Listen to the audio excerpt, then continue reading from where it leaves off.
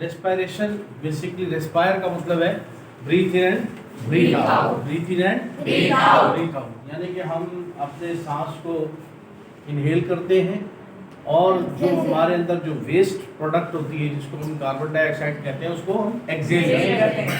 It is one of the important organ system in human body. Human body में जिस तरह से digestive system की बड़ी अहमियत है, इस तरह से रेस्पिरेटरी सिस्टम की भी बहुत अहमियत है। लिविंग ऑर्गेनिज्म के लिए रेस्पिरेटरी सिस्टम एक इम्पॉर्टेंट हैसियत रखता है। विदाउट दैट कोई भी लिविंग ऑर्गेनिज्म वो जिंदा रह नहीं सकता। ऐसे ही ना एनिमल्स के अंदर रेस्पिरेटरी सिस्टम यानी कि ह्यूमन बीइंग और एनिमल्स के अंदर रेस्पिरेटरी सिस्टम डिफरेंट होता है, लेकिन प्लांट्स के अंदर रेस्पिरेटरी सिस्टम डिफरेंट होता है। प्लांट्स के रेस्पिरेटरी सिस्टम को भी डिस्कस करेंगे, लेकिन आज हम जो डिस्कस कर रहे हैं वो है human respiratory system. Human respiratory system में सबसे अहम बात यह है कि हम इसको एक्सपीरियंस करते हैं, हम इस तजर्बे से गुजरते हैं, इसलिए इसको समझना ज़रा आसान है। हम एक्सपीरियंस क्या करते हैं, रेस्पिरेशन के प्रोसेस से गुजरते हैं, तो इसलिए हमें इसको समझना ज़रा आसान है। ये आपके सामने मैंने एक पिक्टोरियल व्यू बनाया है, पिक्चर बनाई है, जो इस बात को जाहिर करती है कि हमारा रेस्पिरेटरी सिस्टम कैसे वर्क करता है, काम कैसे करता है। हमारा जो रेस्पिरेटरी सिस्टम शुरू होता है वो हमारे नेसल यानी कि नॉस्ट्रल से शुरू होता है। ये जो नाक के आपके दो नथने हैं, उर्दू में इसको कहते हैं, नथनों से शुरू होता है, आपके नॉस्ट्रल से स्टार्ट होता है। It start from your nostrils, right? Yes sir. अब ये स्टार्ट तो यहाँ से होता है और फिर इसका ये सारे पार्ट्स यहाँ पे सामने मैंने लिखे, but actually the respiratory system, what the respiratory system is, when we take oxygen, when we take oxygen, the oxygen react with our food, the oxygen reacts with our food and break it down into energy, energy। हमारी oxygen को जब हम intake करते हैं वो हमारे food के साथ रिएक्ट करके, फूड के साथ मिक्स होके, फूड के साथ बर्न होके हमारे लिए एनर्जी प्रोड्यूस करती है। हमारी क्या प्रोड्यूस करती है? तो अगर हम ये कहें कि respiratory system is a biochemical process, respiratory system is a biochemical process in which the food is broken down into energy, the food is broken down into energy, यानी कि ये एक बायोकेमिकल प्रोसेस है जिसमें फूड जो है वो टूट कर एनर्जी में कन्वर्ट हो जाती है। किसमें कन्वर्ट हो जाती है? एनर्जी में। तो this is called as respiratory process, this is called as respiratory process. System मैं नहीं कहूंगा, क्योंकि सिस्टम का मतलब होता है डिफरेंट ऑर्गन्स का ज्वाइन होना, उसमें डिफरेंट ऑर्गन्स का उसमें ज्वाइन होना, मुख्तलिफ ऑर्गन मिलते हैं तो सिस्टम बनता है, ऑर्गन सिस्टम बनता है। ठीक है ना? आप लोगों ने प्रीवियसली पढ़ा होगा cell, the smallest unit of human body या living organism, the smallest unit of basic unit of living organism। Cell से टिश्यू बनता है, टिश्यू से ऑर्गन बनता है, ऑर्गन से ऑर्गन सिस्टम, और ऑर्गन सिस्टम से एक ह्यूमन बीइंग बनता है या ह्यूमन लाइफ बनती है या कोई भी लिविंग ऑर्गेनिज्म बनता है, ऐसे ही ना? अब रेस्पिरेटरी प्रोसेस जो होता है वो बेसिकली क्या है? Biochemical process in which the food is broken down into energy. Food को तोड़कर एनर्जी में तब्दील कर देना, ये प्रोसेस जो है वो हमारा रेस्पिरेटरी सिस्टम है। बेसिकली जब हम ऑक्सीजन को इनहेल कर रहे होते हैं, ऑक्सीजन को इनटेक कर रहे होते हैं, तो ऑक्सीजन जो है वो हमारे फूड के साथ, फूड बेसिकली क्या है? कार्बोहाइड्रेट। फूड क्या है? कार्बोहाइड्रेट C6H12O6, इसके साथ मिलकर हमें दे रहा होता है एनर्जी। क्या दे रहा होता है? एनर्जी। हीट एनर्जी प्रोड्यूस होती है, इसके अलावा कार्बन डाइऑक्साइड प्रोड्यूस होती है और वाटर प्रोड्यूस होता है। और क्या प्रोड्यूस होता है? वाटर प्रोड्यूस होता है। कार्बन डाइऑक्साइड और वाटर प्रोड्यूस होता है। पानी भी हमारे लिए जरूरत है, जिस्म की जरूरत है, लेकिन कार्बन डाइऑक्साइड हमारी जरूरत नहीं। तो कार्बन डाइऑक्साइड को हम एक्सहेल कर देते। क्या करते थे? एक्सहेल करते थे। तो आमतौर पर यह समझा जाता है कि जो रेस्पिरेटरी प्रोसेस है वो ये है कि हम ऑक्सीजन इंटेक करें और ऑक्सीजन और कार्बन डाइऑक्साइड बाहर निकालें, यही समझा जाता है। yes, लेकिन बेसिकली क्या हो रहा होता है? ऑक्सीजन जब हम इंटेक करते हैं वो फूड के साथ रिएक्ट करती है फूड के साथ रिएक्ट करके वो बना लेती है एनर्जी और कार्बन डाइऑक्साइड और वाटर, कार्बन डाइऑक्साइड और वाटर, ये सारी चीजें वो बना लेती है। जब ये सारी चीजें बनती हैं तो इसमें जो हमारी जरूरत की चीजें होती है वो हम रख लेते हैं, एनर्जी हम ले लेते हैं अपने पास, पानी अपने पास रख लेते हैं। जो हमारी वेस्ट प्रोडक्ट होती है वो होती है कार्बन डाइऑक्साइड, उसको हम एक्सहेल कर देते हैं। उसको हम क्या कर देते हैं? एक्सहेल कर देते हैं। तो बेसिकली सिर्फ ऑक्सीजन का इनहेल होना या कार्बन डाइऑक्साइड का एक्सहेल होना ये रेस्पिरेटरी प्रोसेस नहीं है, बल्कि रेस्पिरेटरी प्रोसेस ये है कि हम ऑक्सीजन को इनटेक करें, वो फूड के साथ बर्न हो, केमिकल प्रोसेस हो उसका, और उसके नतीजे में हमारे पास कार्बन डाइऑक्साइड बने और वाटर बने और सम अमाउंट ऑफ एनर्जी भी हमें मिलती है। समझ में आ गई बात? Yes sir. अब आगे बढ़ते हैं कि ये प्रोसेस होता कैसे, ये सिस्टम चलता कैसे, ये मशीन, ये सारी जो हमने भी बात की कि ऑक्सीजन इनहेल होती है, कार्बन डाइऑक्साइड एक्सहेल होती है, फूड जो है वो रिएक्ट करता है, तो ये सारा प्रोसेस होते कैसे? तो इस प्रोसेस को डिस्कस करने के लिए हमें रेस्पिरेटरी सिस्टम को डिस्कस करना पड़ेगा कि रेस्पिरेटरी सिस्टम है क्या, रेस्पिरेटरी सिस्टम है क्या। जब हम नॉस्ट्रिल से एयर को इनटेक करते हैं, हम अपनी हवा जो है वो लेते हैं, एयर है ना हवा, इसमें आपको मालूम है 78% नाइट्रोजन है एंड 29% आपकी ऑक्सीजन है, ऐसे ही ना, ये मालूम है आपको? अच्छा, जब 29% जो ऑक्सीजन है वो जब हम हवा से इनहेल करते हैं ऑक्सीजन को, तो वो हमारे नॉस्ट्रिल्स के जरिए अंदर जाती है, ठीक है ना? Yes sir. आपके नॉस्ट्रिल में सबसे पहले एक क्लीनर लगा हुआ है, एक वैक्यूम क्लीनर जिसको कह रहे हैं, क्लीनर कह लें आप, क्लीनर लगा हुआ है, सफाई करने वाला निजाम है। वो आपके हेयर्स है, वो क्या है? आपके हेयर्स। जो आपके नेसल कैविटी के अंदर हेयर्स होते हैं, छोटे छोटे बाल होते हैं, वो क्या करते हैं, आपकी एयर के अंदर जो डस्ट पार्टिकल है उनको क्या करते हैं? रिफाइन करते हैं। क्या करते हैं? रिफाइन करते हैं, साफ करते हैं, डस्ट पार्टिकल को साफ कर देते हैं। डस्ट पार्टिकल क्लीन होके नोस्ट्रिल्स के जरिए नेसल कैविटी में हवा चली जाती है, लेकिन नेसल कैविटी के अंदर एक फिल्मिड लाइक सब्सटेंस मौजूद होता है, एक जेल लाइक सब्सटेंस मौजूद होता है, उसको हम कहते हैं, उसको जेल लाइक सब्सटेंस को हम कहते हैं म्यूकस। क्या कहते हैं? म्यूकस। म्यूकस कहते हैं।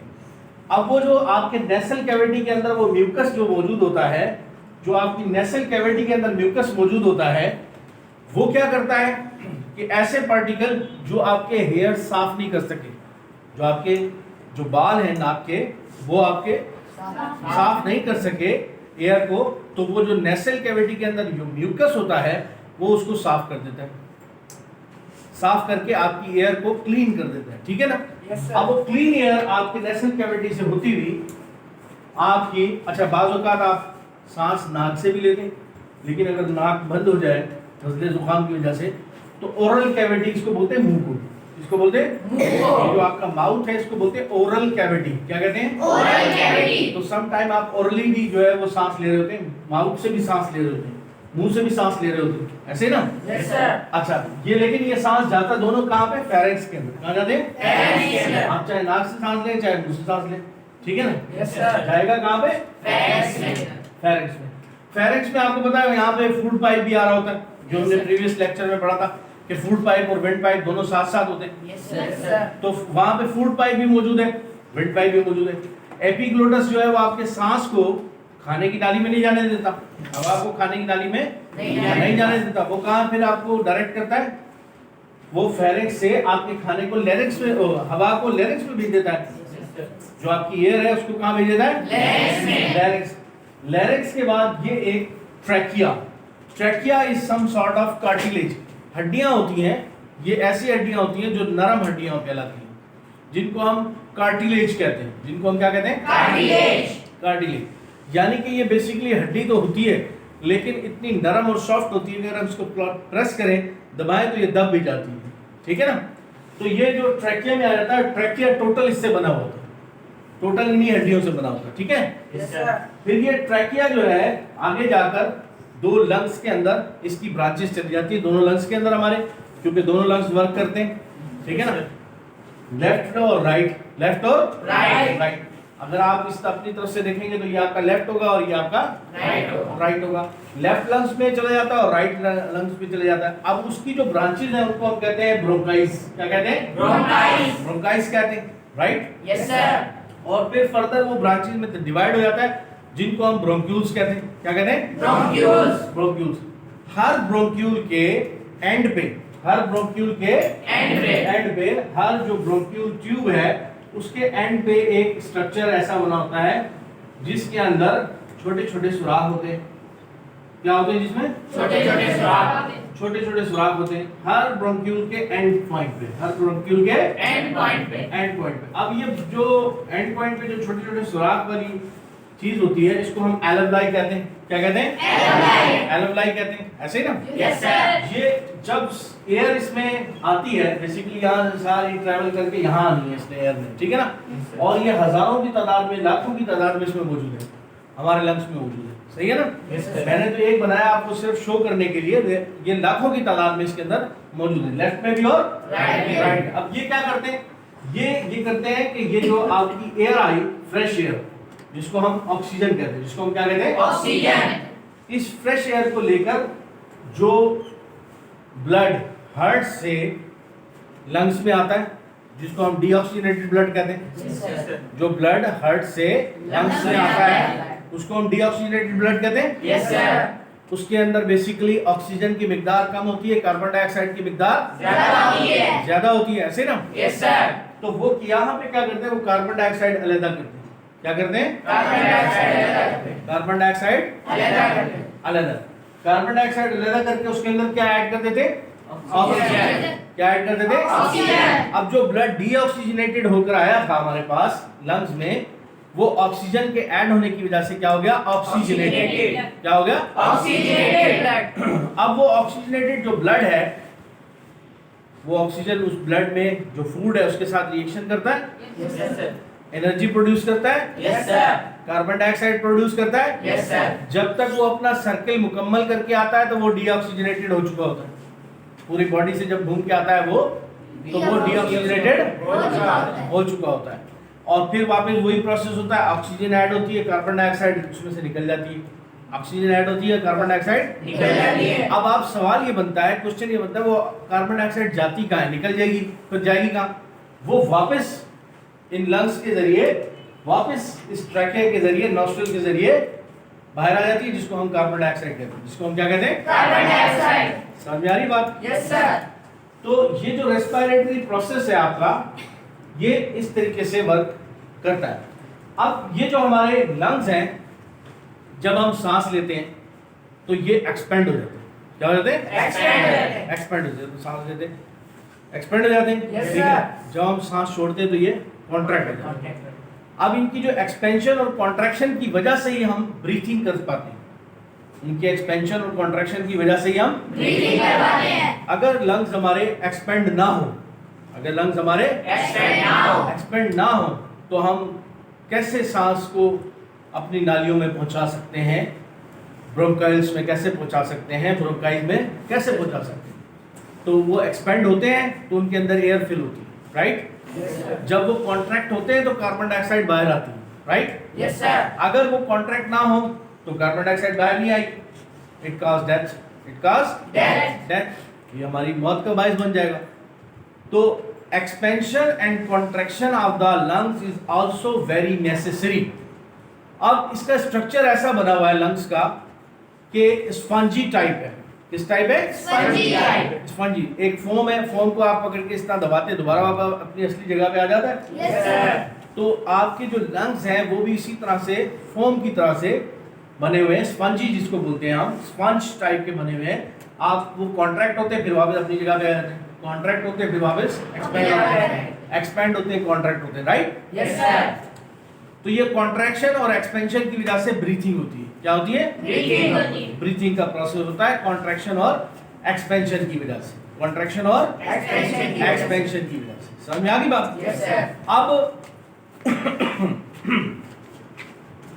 अब ये कॉन्ट्रैक्शन और एक्सपेंशन करता कौन है?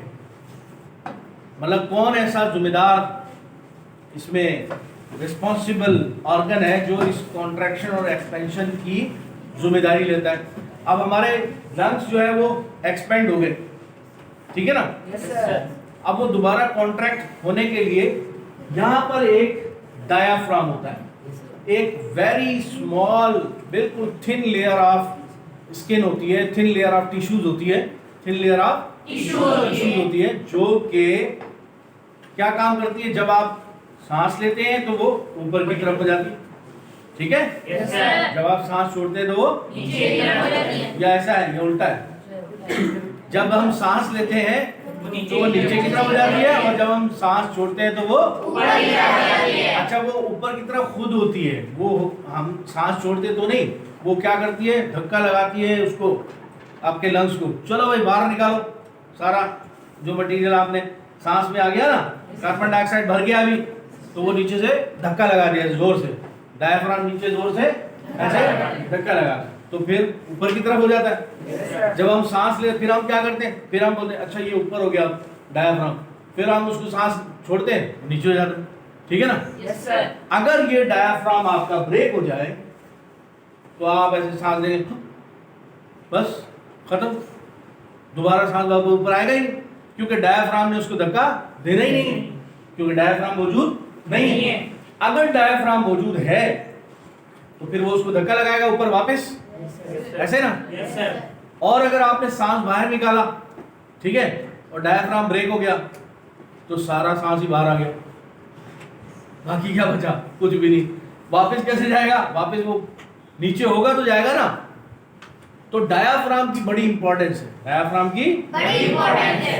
इस पूरे रेस्पिरेटरी सिस्टम में, जहाँ पे लंग्स की अहमियत है, ब्रोंकाइल्स की अहमियत है, ट्रैकिया की अहमियत है, ब्रोंक्यूल्स की अहमियत है, वहाँ पे आपके डायाफ्राम की भी बड़ी अहमियत है।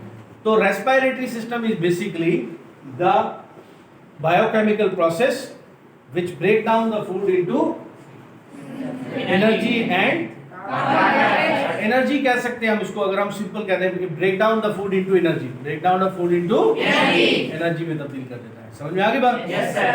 अब इसमें एक प्रोसेस है ब्रीथिंग। क्या है? Breathing. Breathing. Breathing is basically a process in which we inhale oxygen and exhale carbon dioxide. जब हम इनहेल करते हैं ऑक्सीजन तो क्या होता है, फूड के साथ रिएक्शन होता है, Yes, sir. और सम अमाउंट ऑफ एनर्जी खारिज होती है। क्या खारिज होती है? Some amount of energy. Some amount of energy खारिज होती है, ठीक है ना। Yes, sir. उस अमाउंट ऑफ एनर्जी की वजह से हमें काम करने की सलाहियत मिलती है, हम काम कर सकते हैं, कोई भी एक्टिविटी कर सकते हैं, ठीक है ना। Yes, sir. ब्रीथिंग, फिर उसके बाद क्या सेकंड प्रोसेस का क्या होता है, थर्ड बर्निंग। बर्निंग हो गई उसमें, Yes, sir. बर्निंग हो गई, पहले हमने इनहेल किया, एक्सहेल किया, और फिर बर्निंग हो गई ऐसे ना। Yes, sir. बर्निंग हो गई, Yes, sir. बर्निंग भी हो गई। ये है आपका ब्रीथिंग। ये क्या है आपका? Breathing. ब्रीथिंग। अब ब्रीथिंग के पैरेलल आपकी जो आम लाइफ में जो प्रोसेस है उसको हम कहते हैं बर्निंग। किसको कहते हैं? Burning को। बर्निंग क्या है? बेसिकली हम आग जलाते हैं, Yes, sir. Large amount of energy खारिज होती है, Yes, sir. बहुत ज्यादा अमाउंट एनर्जी का खारिज होता है, Yes, sir. और फिर इसी तरीके से आपकी जो प्रोडक्ट होती है वो कार्बन डाइऑक्साइड होती है, Yes, sir. कार्बन डाइऑक्साइड निकलती है उसमें से, Yes, sir. ठीक है ना। और इसी तरीके से आपको ये मालूम होना चाहिए कि जब कोई भी बर्निंग का प्रोसेस होता है उसके लिए ऑक्सीजन बहुत जरूरी है, उसके लिए Oxygen बहुत जरूरी है। ऑक्सीजन के बगैर वो प्रोसेस हो नहीं सकता। कौन सा प्रोसेस? तो burning बर्निंग। नहीं। कौन सा प्रोसेस? बर्निंग का। बर्निंग का प्रोसेस नहीं हो सकता। समझ में आ गई बात? Yes, sir. तो ये आपने अंडरस्टैंड कर दिया। Yes, sir. तो इस तरह से